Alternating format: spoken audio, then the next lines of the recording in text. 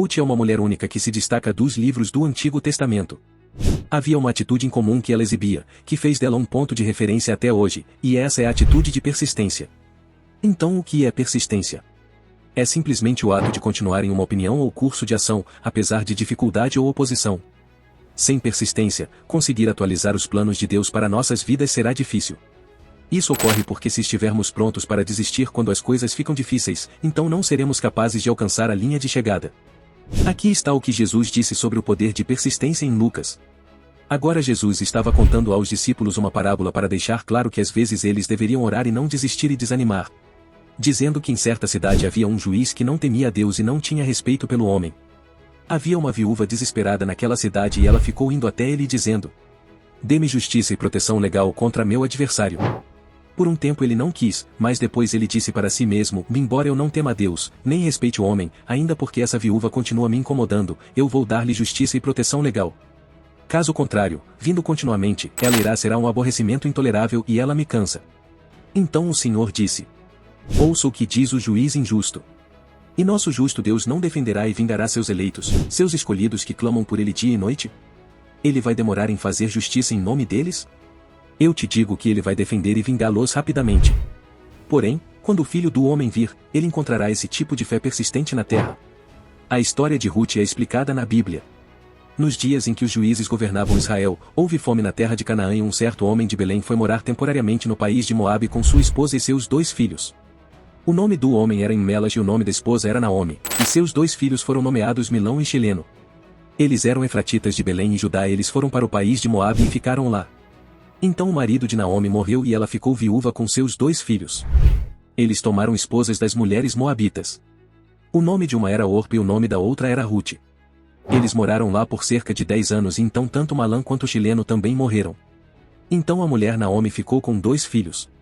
Então ela partiu com suas noras e voltou à terra de Moabe, porque ela tinha ouvido falar como o Senhor cuidou de seu povo de Judá. Eles começaram no caminho de volta para a terra de Judá, mas Naomi disse para suas 2 noras: "Voltem cada uma de vocês e volte para a casa de sua mãe, que o Senhor mostre bondade para com você como mostrou bondade para com os mortos em mim. Que o Senhor conceda que você encontre descanso cada uma na casa do seu marido." Então ela deu um beijo de despedida nelas. E elas disseram: "Não, iremos com você para o seu povo em Judá." Mas Naomi disse para voltarem: "Minhas filhas, por que vocês deveriam ir comigo? Ainda tenho filhos em meu ventre que podem tornarem-se seus maridos. Voltem, minhas filhas, pois estou muito velha para ter um marido. Se eu dissesse que tenho esperança e se eu realmente tivesse um marido esta noite, ficaria até o nascimento de filhos. Vocês esperariam até que eles fossem cultivados. Não, minhas filhas, pois é muito mais difícil para mim do que para vocês porque a mão do Senhor foi contra."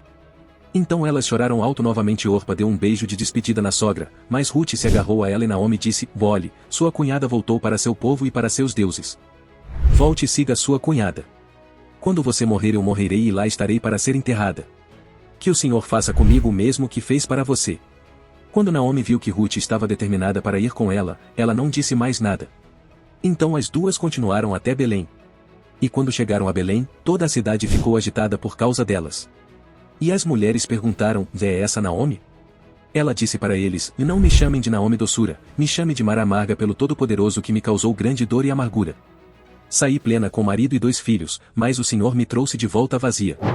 Por que me chamar de Noemi já que o Senhor testemunhou contra mim e o Todo-Poderoso me afligiu?" Então Naomi voltou do país de Moabe com ela, Ruth. Elas chegaram a Belém no início da colheita. Naquele momento em que Ruth perdeu o marido, ela foi morar com a sogra Naomi. No entanto, em um ponto ela teve que convocar coragem e insistiu em voltar com Naomi para sua cidade natal em vez de voltar para seus familiares. Idealmente naquela cultura, quando uma mulher perde o marido, espera-se que ela volte para sua família até que ela se recupere. No entanto, ela disse que ela estaria apenas com Naomi e que o Deus da sogra seria o Deus dela. Ela persistentemente manteve sua decisão e o fim último dessa decisão foi glorioso. Agora Naomi tinha um parente do marido, um homem de grande riqueza e influência, cujo nome era Boaz. E Ruth, a Moabita, disse a Noemi: "Por favor, deixe-me ir ao campo e colher entre as espigas depois daquela dos ceifeiros e cuja visão posso encontrar." Naomi disse para ela ir. Ela foi e pegou o grão que sobrou. Percorreu o campo atrás dos ceifeiros e aconteceu de parar no terreno pertencente a Boaz, que era da família de Mema. Foi então que Boaz voltou de Belém e disse aos ceifeiros: "O Senhor esteja convosco", e eles lhe responderam: "O Senhor te abençoe." Então Boaz perguntou sobre a jovem que estava com eles.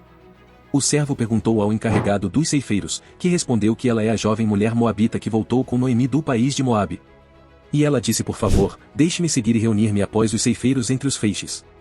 Então ela veio e continuou reunindo grãos desde o início da manhã até agora, exceto quando ela sentou descansando um pouco na casa de campo. Então Boaz disse: ouve com atenção, minha filha, e não vai colher outro campo ou deixe este, mas fique aqui perto das minhas criadas. Observe que campo eles colhem e siga atrás deles. Eu comandei os servos para não tocarem em você. E quando estiver com sede vá para o jarro de água e beba. Então ela se ajoelhou com o rosto para baixo, curvando-se para no chão e disse-lhe: por que encontrei favor aos seus olhos que você deveria me notar quando eu sou uma estrangeira? Boaz respondeu a ela: eu fui feito totalmente ciente de tudo o que você fez para sua sogra desde a morte do seu marido e como você saiu da casa de seu pai e sua mãe e na terra do seu nascimento. E veio para um povo que você não conhecia antes. Que o Senhor lhe retribua pela sua bondade e que a sua recompensa seja completa desde o Senhor, o Deus de Israel, sob cujas asas você veio para se refugiar. Então ela disse: deixe-me encontrar o seu favor, meu senhor, pois você me confortou e falei gentilmente como sua serva, embora eu não seja como uma das suas criadas. Na hora da refeição Boaz disse para ela: vem aqui e coma um pouco de pão e mergulhe seu pão no vinagre. Então ela sentou-se ao lado dos ceifeiros e ele serviu-lhe grãos torrados e ela comeu até que ela estivesse satisfeita. Depois partiu para Noemi. Quando ela se levantou para colher, Boaz ordenou seus servos a deixaram respigar mesmo entre os feixes e não a insultem. Também você deve retirar propositalmente para ela alguns talos de grãos do feixes e deixe-os para que ela possa colhê-los e não a repreenda. Então ela colheu no campo até a noite. Então ela juntou o que havia coletado e era sobre 1 ifar de cevada. Ela pegou e foi para a cidade e sua sogra viu o que ela tinha recolhido. Rute também tirou e deu para Naomi o que ela salvou depois de comer e ficou satisfeita. Sua sogra disse a ela: onde você coletou hoje? Onde você trabalhou? Bendito seja o homem que recebeu você. Então ela contou à sogra com quem ela havia trabalhado e disse: o nome do homem com quem trabalhei hoje é Boaz. Ele seja abençoado pelo Senhor que não cessou sua bondade para com os vivos e os mortos. Novamente Naomi disse a ela que o homem é um dos seus parentes mais próximos, aquele que tem o direito de nos redimir. Então Rute disse que ele também disse para mim: e fique perto dos meus servos até eles colherem toda a minha colheita. Naomi disse para Rute: isso é bom, minha filha, para você poder sair para trabalhar com suas criadas e para que outros não agridam você em outro campo. Então ela ficou perto das criadas de Boaz, respigando até o fim da colheita da cevada. Apesar dos obstáculos, tornou-se uma das melhores decisões que Rute tomou porque foi na nova terra que ela encontrou Boaz.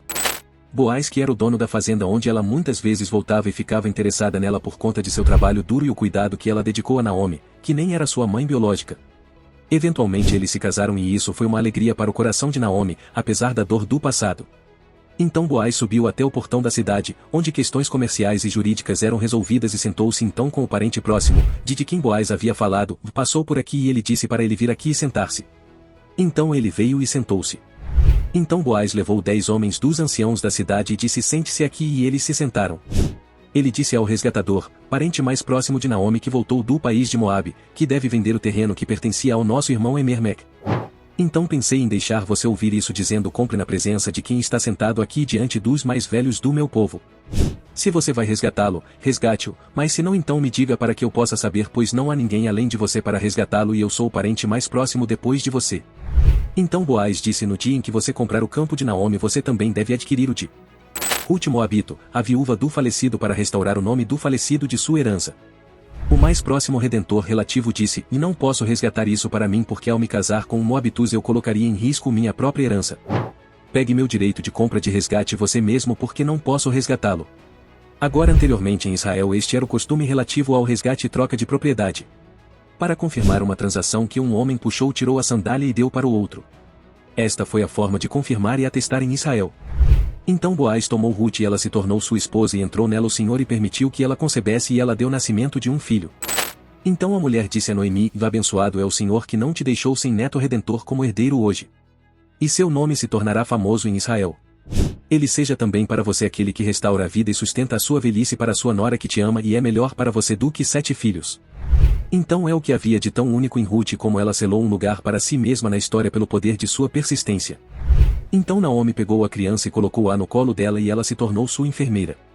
As vizinhas deram-lhe um nome dizendo que um filho neto nasceu para Noemi. Eles o chamaram de adorador de Obed.